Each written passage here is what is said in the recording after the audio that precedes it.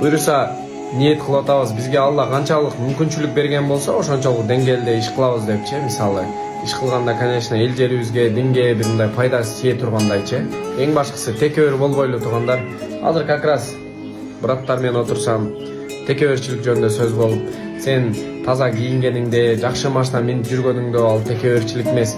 Сенин текеберчилигиң адамдарды өзүнөн ылдый көргөндө жана сага акыйкатты айткан болсо, жок ондой эмес, мындай дегенде деп атпайбы? Мисалы биз сонун таза кийинип, жакшы бир машинада минип жүргөн болсок, бул уже текеберчилик эмес. Эми ал, конечно, ал кийип жүргөн кийимибиз, кийип минип жүргөн машинабыз, ал ошо кийимибиздин баасы жана машинелердин баасы да өзүбүздүн баабыз эмес. Буюрса эми жакшы иштерди кылып калсак, бир элге дагы кызмат кылып, кыйналган адамдарга кызмат кылып, бир ушундай ниет кылып атабыз. Тынчылык болсо, ошого мисалы бири-бирибизди колдой эле тургандар, кең пейил болсоң кем болбойсуң дейт го. Өзү негизи бир сөз бар да, адамдан адам бир гана жакырчылыкты кызганбайт экен да. Бул 100% ошондой. Бирөө бир жакыр болуп кеткен болсо, мындай кайгыра турган адамдар азыракпыз да.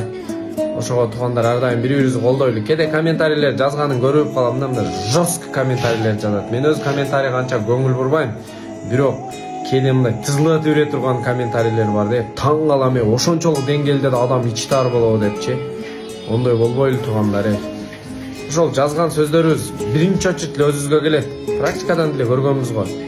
Ошон үчүн пейилди кенен кылып коелу. Эң жаман оору бул ичи тардык, бул текеберлик да. Эң жаман.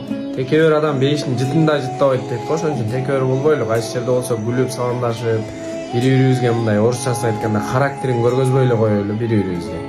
Ошого туугандар, ассаламу алейкум, Аскар Авто Дубай.